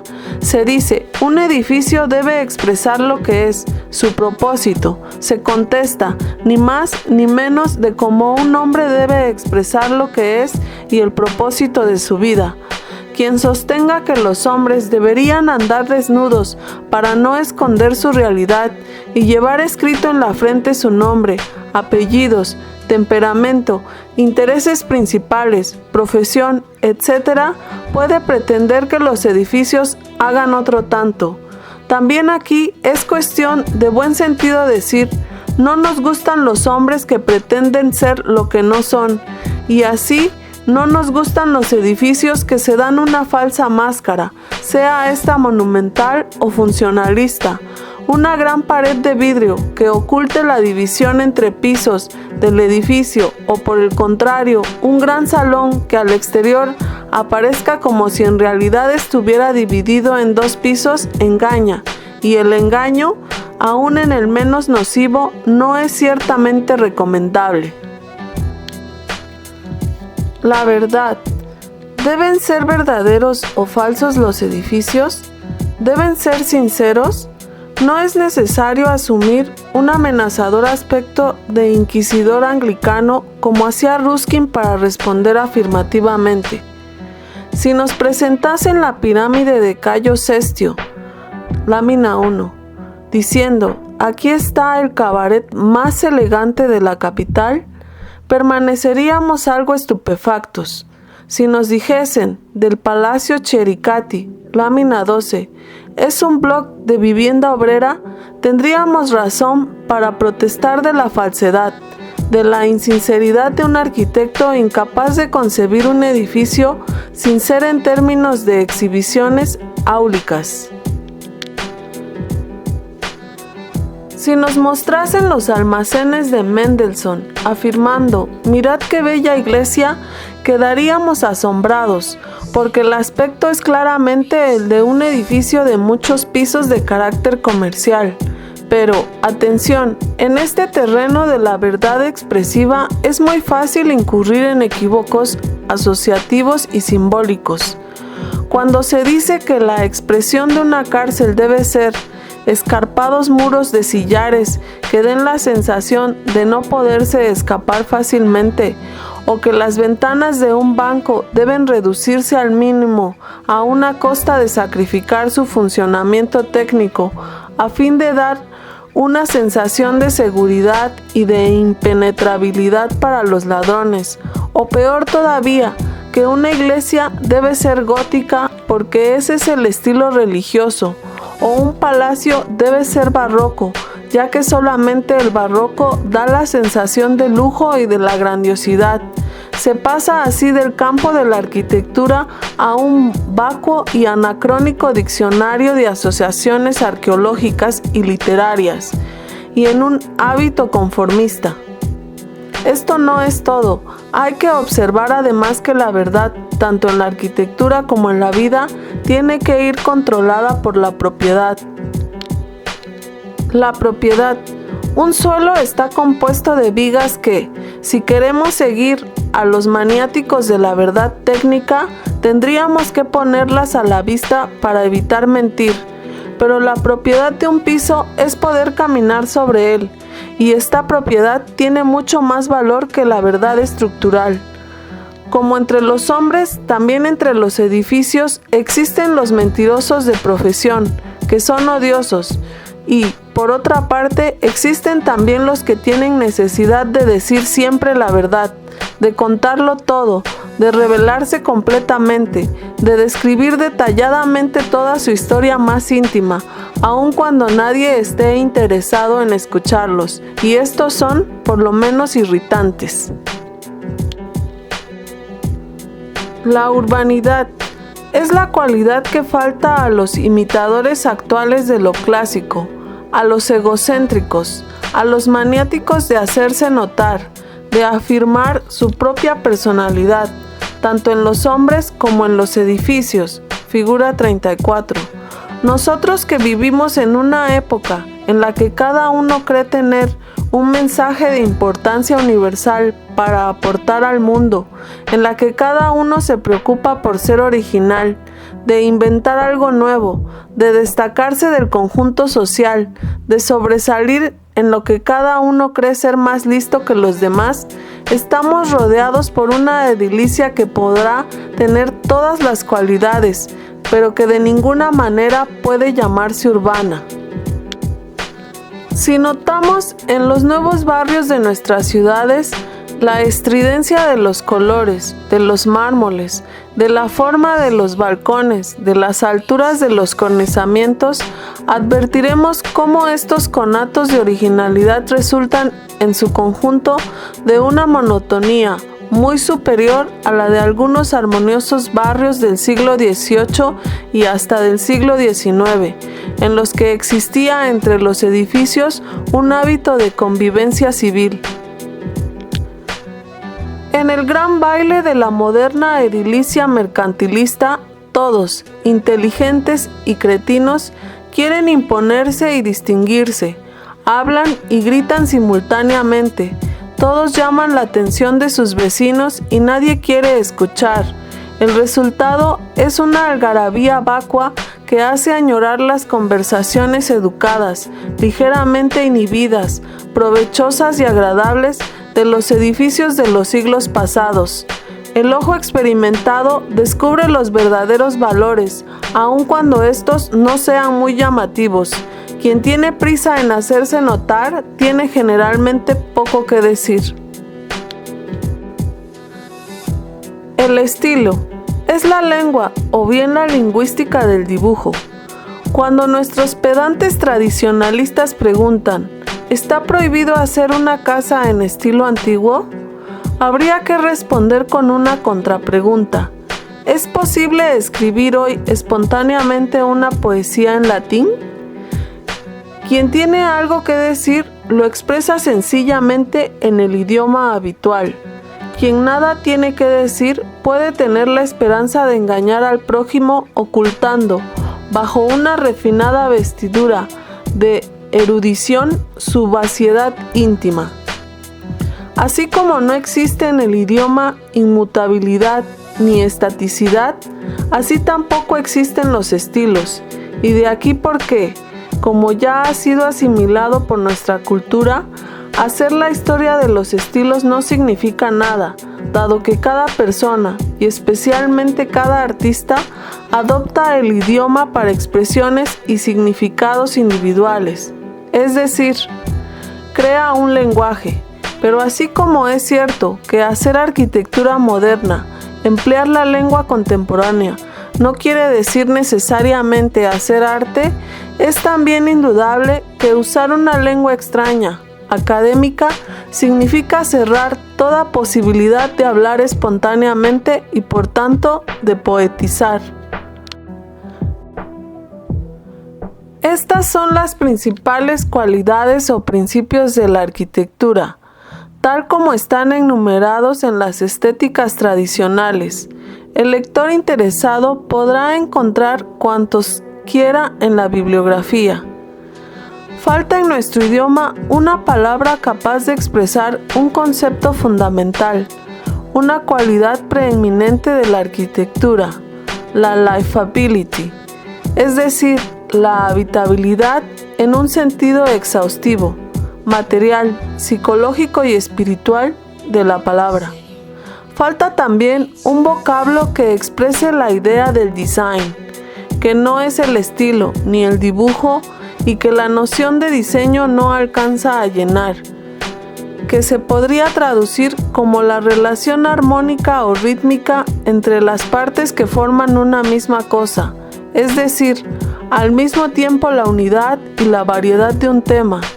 Otros principios de la arquitectura, la euritmia, la armonía, la consonancia, el ritmo, o estos implícitos en las cualidades ya enumeradas, o bien son comunes a todas las artes. Como se ve, se trata de principios morales, psicológicos y formales. Ahora bien, la gran contribución de la crítica de arte contemporáneo ha consistido en la maduración de la crítica formal, pasar de estos vagos conceptos de simetría, contraste, variedad, énfasis, y librémonos de sacarlos de la vaguedad, pues tan pronto como estos conceptos se especifican, se crean inmediatamente reglas y dogmas de composición, a una crítica moderna de la arquitectura. Es como pasar de la categoría de un Mengs, claroscuro, colorido, armonía, gracia, a los esquemas de Fiedler y de Wolfram. Maravilla comprobar cómo estos esquemas de la crítica del arte contemporánea, que ningún historiador de la pintura o de la escultura se permitiría ignorar, son todavía tan poco aplicados en la crítica arquitectónica. No obstante, es evidente que los mismos 5 símbolos de la visibilidad pura de Wolfram, por una parte, lo lineal, la visión de la superficie, la forma cerrada, la multiplicidad, la claridad absoluta, y por otra, lo pictórico, la visión de la profundidad, la forma abierta, la unidad y la claridad relativa, tienen una aplicación muy evidente en la arquitectura, tanto más en cuanto que nacieron históricamente en el seno de la reivindicación crítica de la edilicia barroca. ¿Quién no ve la bien definida y lograda plasticidad, los valores táctiles del pequeño templo de Bramante, la visión de la profundidad en Saniboa la Sapiencia, la forma cerrada del Partenón, frente a la forma abierta de la iglesia de Neumann, la multiplicidad de los elementos coordinados y yuxtapuestos de la rotonda de Palladio y la unidad del pabellón de Mies van der Rohe? En un esfuerzo por una mayor individualización, por una precisión más aguda, por un acercamiento más ajustado a cada obra de arte en particular, la crítica moderna ha multiplicado los símbolos de la visibilidad pura, tanto en arquitectura como en las demás artes figurativas. Y el gran mérito de esta crítica, a pesar de su hermetismo, es el haber formulado un diccionario más amplio y puntualizado del equilibrio de los llenos y vacíos, del juego de masas, de las relaciones volumétricas. Hoy se habla de espacio ilimitado y espacio definido, de calificación pictórica de las superficies, del infinito espacial y valores cromáticos de profundidades atmosféricas, de estructuración lineal sobre el vacío y de relaciones continuamente variables entre planos de color y profundidad de claroscuro, entre masas de muros y masas resueltas en superficie. Estos son intentos hacia una mayor precisión, facilitan la emoción estética, dado que investigan la vida autónoma de los monumentos, destacándolos del denominador común de los estilos. De la interpretación espacial. Esta somera enumeración de las interpretaciones arquitectónicas demuestra que se dividen en tres grandes categorías. A. Interpretaciones relativas al contenido. B. Interpretaciones fisiopsicológicas. Y C. Interpretaciones formalistas. Todos los autores adoptan prevalentemente una de estas tres interpretaciones, pero en todos ellos se encuentran observaciones que participan de los otros dos métodos. Es difícil encontrar una historia de la arquitectura que haga meramente relación al contenido o una historia puramente formalista.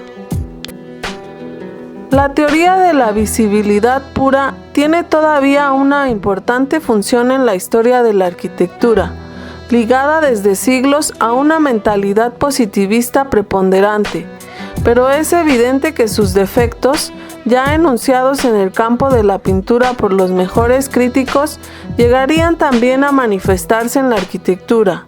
Líneas, superficies, luz y sombra, masas y valores pictóricos, sólidos y vacíos, y todas las demás sutiles especificaciones de símbolos visivos, a pesar de su inmensa utilidad propedéutica para liberar la crítica de los prejuicios tradicionales, no son suficientes para hacer comprender la profunda diferencia que existe entre dos obras de arte y carecen además de algunos elementos necesarios para la caracterización. Dan lugar a categorías mucho menos exhaustivas y por esto bastante más útiles que el binomio tradicional clásico y romántico, formal y pintoresco, pero no expresan la historia ni, por ende, la realidad de la obra de arte. Los defectos de la crítica formalista se manifiestan con mayor relieve en la arquitectura que en las demás artes, pues en pintura sería relativamente fácil para un crítico aplicarla con amplitud, y cuando advierta haber dicho cosas extremadamente parecidas en dos obras de arte bien dispares, procederá entonces a su caracterización tomando motivos de su contenido. La crítica de arte todavía se debate en la contienda contenido-forma, que se ha apaciguado en la crítica literaria por medio de un acuerdo dialéctico. Pero si bien es fácil para los formalistas caracterizar una pintura valiéndose de una sutil y casi inadvertible argumentación referente al contenido, al pasar a la arquitectura, arte como se suele decir, sin valores representativos totalmente abstracto, la exigencia de la caracterización se hace más patente. En este problema del contenido es necesario tomar una posición. Si observamos todas las láminas de este libro, advertiremos un hecho muy extraño, con excepción del monumento a Víctor Manuel, lámina 1, Santa Sofía, lámina 8, y el caso fortuito de algunas instantáneas del interior del Johnson Building, lámina 4, casi todas las fotografías restantes no comprenden figuras humanas. Estas casas, estas iglesias, hasta estas plazas están desiertas, abandonadas, como si fuesen fantasmas inorgánicos. Son, si se quiere, abstracciones. La sala Vladislavsk, lámina 20, es un juego glacial de líneas y de superficies pictóricas, desprovisto de contenido. El templo de Minerva Médica, lámina 6, tiene algo de humanidad, quizás porque el fotógrafo se habrá cansado de repetir a la gente: marchase, córranse, a un lado, tengo que hacer la fotografía, o porque habrá encontrado demasiado pesado cambiar de lugar el carrito de la izquierda. Por el contrario, Westminster, Amiens o el King's College Chapel, lámina 10, Parecen minerales gélidos, sobrevivientes de la destrucción del género humano, a quienes estaban dedicados aquellas sillas y aquellos espacios. No hay que sorprenderse de que, así como en pintura se han buscado los valores táctiles, en arquitectura se hayan desarrollado las teorías antropomórficas y fisiopsicológicas en la desesperada tentativa de dar a las formas un contenido humano. En vista de que la belleza de un edificio era considerada completamente independiente de su valor social, nos hemos preguntado, pero ¿para quién es bello? Se ha respondido para los hombres. ¿Y por qué es bello para ellos? Ya porque suscita armonías innatas como la escala musical, ya porque solicita simpatías corpóreas, mas todo esto se refiere a los volúmenes, a las masas de la construcción, a la decoración y el espacio. Me place recordar aquí una página de aquel joven y finísimo crítico inglés, Geoffrey Scott, que, participando en la tradición fisiopsicológica en su calidad de alumno del Berenson, intuía, al fin de su libro, que hablar de líneas, superficies, volúmenes, masas, tiene ciertamente un valor, pero no constituye el valor específico de la arquitectura. La arquitectura nos da, además de espacios de 2 dimensiones, es decir, las superficies que generalmente consideramos, espacios de 3 dimensiones, capaces de contener nuestra persona, y este es su verdadero centro. Las funciones de las artes se sobreponen en muchos puntos. Así la arquitectura tiene mucho de común con la escultura, y más todavía con la música, pero tiene además su propio territorio y proporciona un placer típico y propio. La arquitectura tiene el monopolio del espacio. Solamente ella, entre todas las artes, puede dar al espacio su valor pleno. Puede circundarnos con un vacío de 3 dimensiones, y el placer que se obtenga de él es un don que solamente puede dar la arquitectura. La pintura puede pintar el espacio. La poesía, como la de Shelley, puede sugerir su imagen. La música puede darnos una sensación análoga, pero la arquitectura tiene que operar directamente con el espacio. Lo emplea como un material y nos coloca en su centro. Es extraño cómo la crítica no ha sabido reconocer esta supremacía de la arquitectura en materia de valores espaciales. La tradición de la crítica tiene un sentido práctico. Nuestras mentes están, por hábito mental, fijas sobre la materia tangible, y nosotros hablamos tan solo de lo que hace trabajar nuestros instrumentos y detiene nuestro ojo. A la materia se le da forma. El espacio surge por sí mismo. El espacio es una nada, una pura negación de lo que es sólido, y por eso no lo consideramos. Pero aunque no podamos prestarle atención, el espacio actúa sobre nosotros y puede dominar nuestro espíritu. Una gran parte del placer que recibimos de la arquitectura, placer del cual parece que uno no pueda darse cuenta o del cual no nos damos el trabajo de darnos cuenta, surge en la realidad del espacio. También, desde un punto de vista utilitario, el espacio es lógicamente nuestro fin. El delimitar un espacio es el fin de construir. Cuando construimos no hacemos otra cosa que destacar una cantidad conveniente de espacio, cerrarlo y protegerlo, y toda la arquitectura surge de esta necesidad.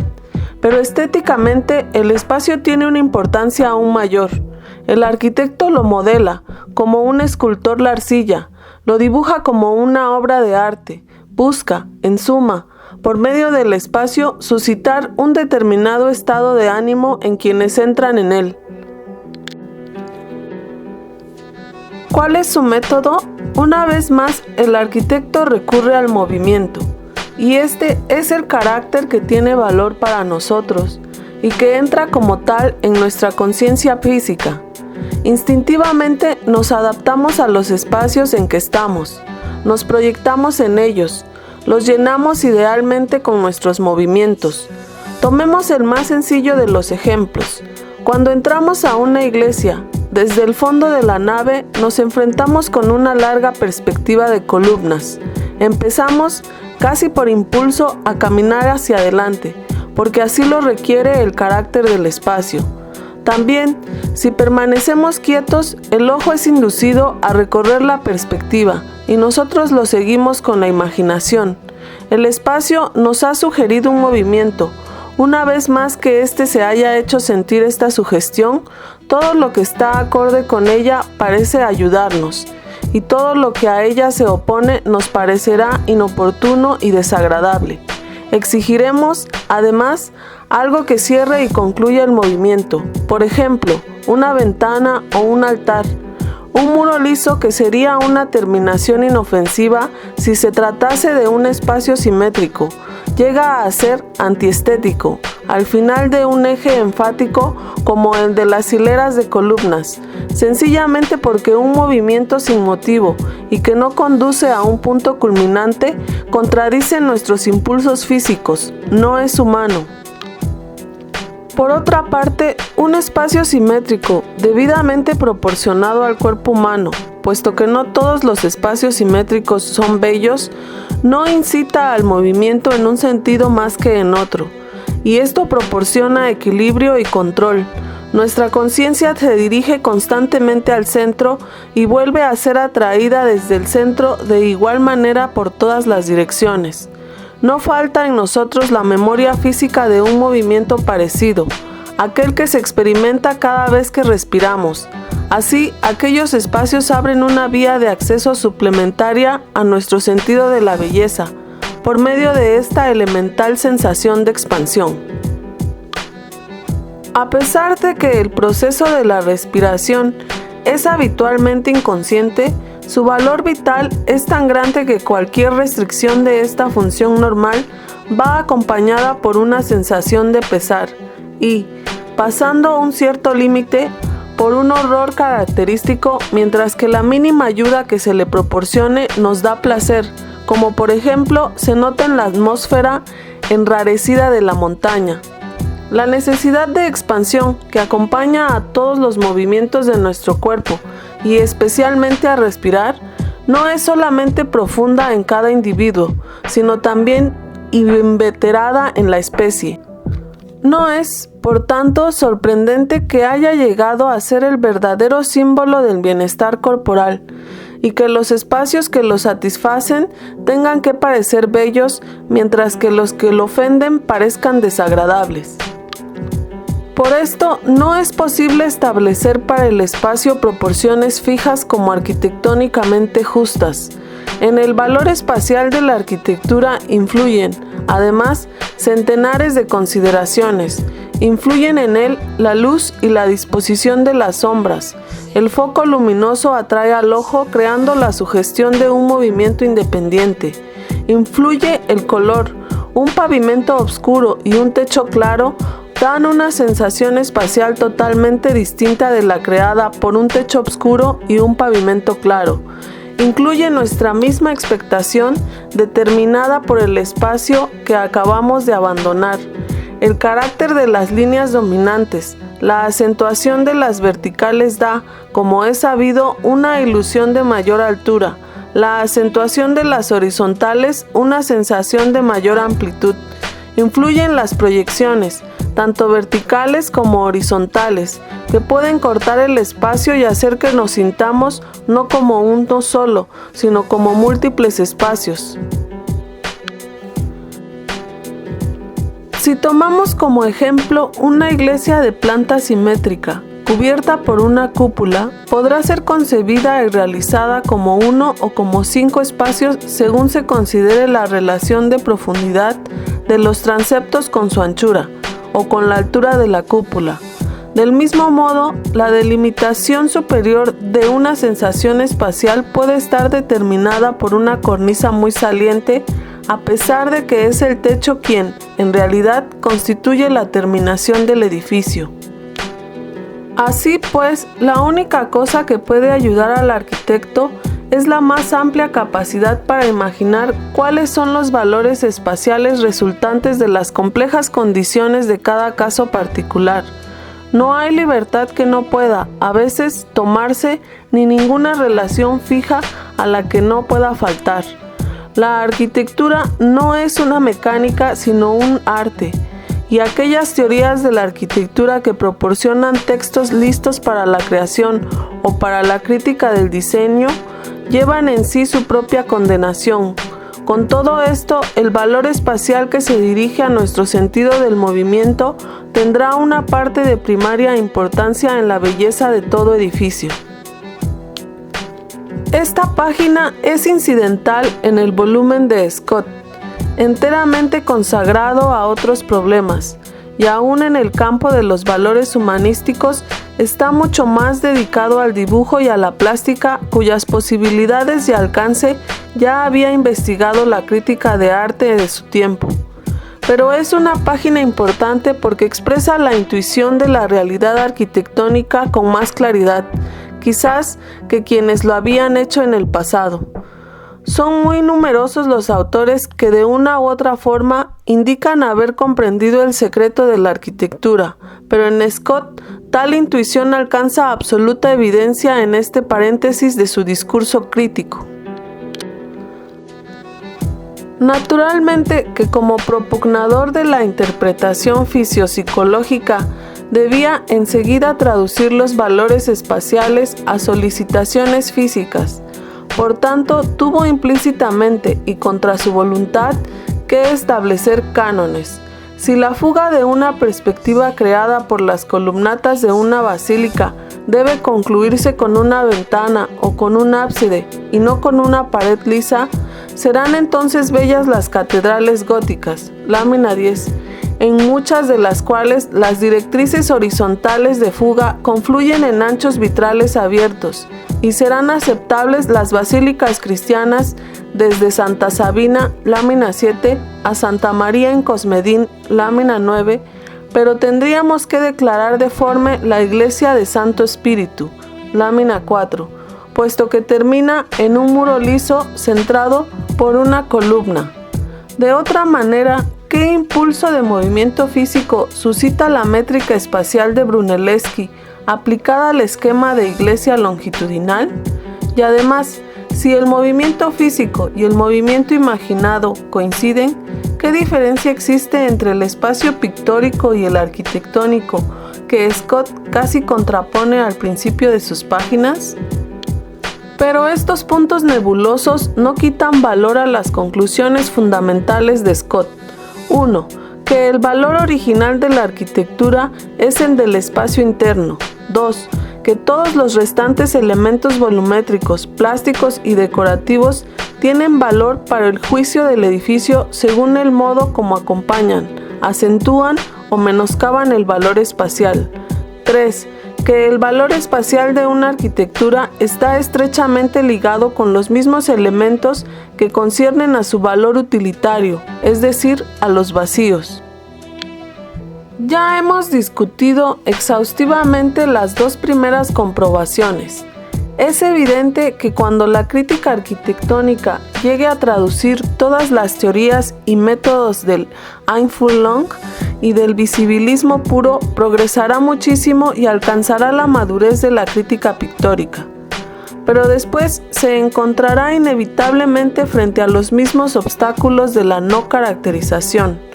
El espacio simétrico tiene infinitas formas de exteriorización, pero nosotros diríamos probablemente cosas muy parecidas al analizar obras del espacio simétrico, y la fisonomía individual del edificio no quedaría completamente determinada. De nuevo, habría que volver a la crítica literaria que ha superado el binomio forma-contenido, prosa-poesía, y que reconoce que, si bien el valor está en la forma, la caracterización está en el contenido, es decir, que la obra de arte, la prosa y la poesía son inseparables, como el alma y el cuerpo en el hombre vivo. Entonces volvemos al principio. ¿Cuál es el contenido de la arquitectura? ¿Cuál el del espacio? En las fotografías no hay ningún contenido, pero lo hay en la realidad de la imaginación arquitectónica y en la realidad de los edificios. Son los hombres que viven los espacios, Las acciones que en ellos se exteriorizan es la vida física, psicológica y espiritual que se desarrolla dentro de ellos. El contenido de la arquitectura es su contenido social. Los arquitectos se lamentan continuamente de los críticos que consideran a la arquitectura como un mero hecho plástico, mas seguirían lamentándose si los críticos, dando ciertamente un paso adelante, mirasen a los espacios como se mira a una barranca o a un desierto. Una gran parte del empeño de un arquitecto se dedica a las funciones del edificio, otra a la técnica y una tercera al arte. Queremos todavía distinguir, contra toda evidencia de la fenomenología y de la genética de la obra de arte, estos tres elementos, destacando su belleza y prescindiendo de la técnica y de la función. Si esto es legítimo en filosofía, en el terreno de la crítica no tiene sentido una vez aceptada la realidad de la coexistencia en la obra de arte de elementos poéticos y no poéticos. Si centrásemos la atención sobre los espacios internos de la arquitectura y del urbanismo, aparecerá manifiesta la indisolubilidad del problema social y del problema estético. ¿Es bella una autopista sin automóviles? ¿Un salón de baile sin parejas que dancen? El pesar, la sensación de dolor, hasta el horror que la interpretación fisiopsicológica atribuye a un leve desequilibrio de elementos plásticos en la decoración de un salón de baile, ¿no sería bastante más grave si en él uno se sofocase en realidad y no se pudiera bailar holgadamente? ¿Existe en el juicio arquitectónico solución de continuidad en sentido general entre factores sociales, efectos psicológicos y arte? Estos interrogantes nos impelen al corazón de la filosofía y de la estética, y para nuestro objeto no tenemos necesidad de adentrarnos en este espinoso terreno, ya que en las tres clasificaciones fundamentales en que se dividen las interpretaciones del nacimiento y de la realidad de la arquitectura, hay un elemento común que condiciona y determina su validez: el reconocimiento de que en arquitectura lo que guía y tiene valor es el espacio. Esta es la conclusión que buscamos al principio de este capítulo. La interpretación política atiende a las causas que están en la base de las corrientes arquitectónicas, dado que una corriente arquitectónica no es tal mientras no se materialice en el espacio. Una interpretación política eficaz de la arquitectura se centra en las tendencias espaciales. La interpretación filosófica investiga la contemporaneidad de las concepciones de la trascendencia y del hombre con las concepciones espaciales. La interpretación científica insiste sobre la simultaneidad de los descubrimientos matemático-geométricos y las concepciones arquitectónicas. Obviamente, la interpretación económico-social, cuando afirma la derivación de las formas arquitectónicas de fenómenos económicos, razona que el espacio expresa la cultura y el hábito social, determinado para los materialistas por el estado económico. Las demás interpretaciones positivistas o atienden a los fenómenos generales o advierten acontecimientos relativos a la pintura y a la escultura, o bien, si se refieren a hechos específicos de la arquitectura, se ocupan de espacios. La interpretación técnica atañe al modo práctico de construir los espacios.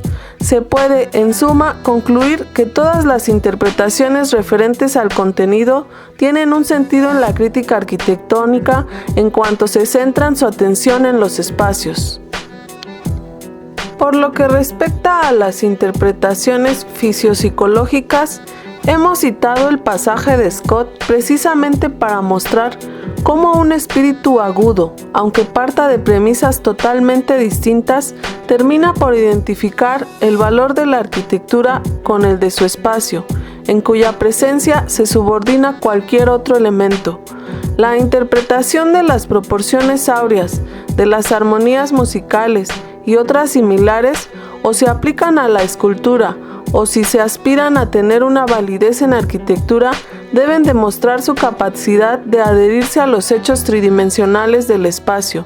Una interpretación psicoanalítica que se limite a los fenómenos volumétricos y decorativos no irá más allá del Moisés de Freud. De lo contrario, tendrá que explicar la incidencia del inconsciente sobre el terreno de los sentimientos espaciales. Finalmente, en lo que concierne a la crítica formalista, decir que un edificio debe tener unidad o proporción, o euritmia o carácter, ¿qué significa correctamente?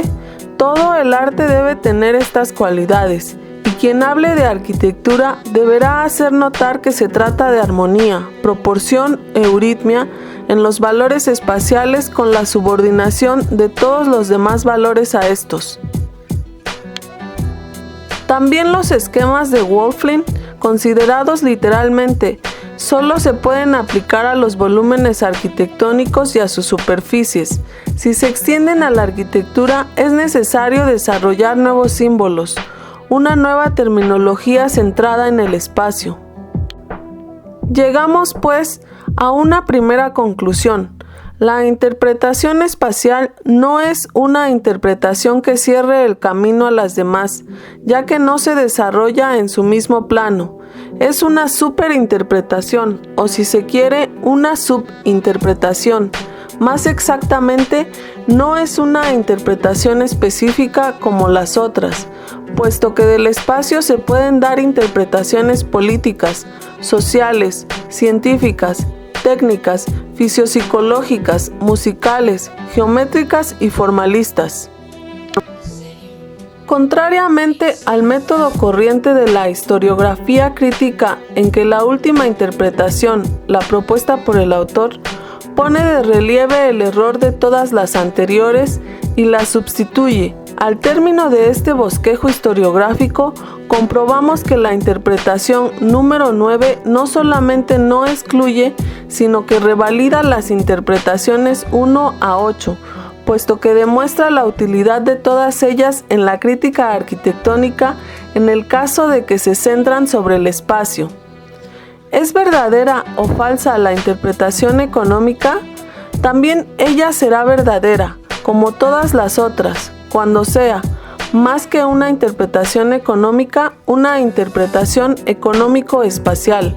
En otras palabras, la interpretación espacial constituye el atributo necesario de toda posible interpretación si quiere tener un sentido concreto, profundo, exhaustivo en materia de arquitectura.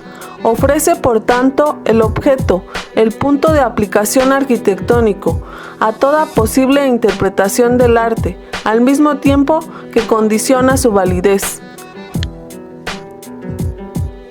La segunda conclusión deriva de la comprobación de que en arquitectura, contenido social, efecto psicológico y valores formales se materializan en el espacio. Interpretar el espacio significa, por tanto, incluir todas las realidades de un edificio.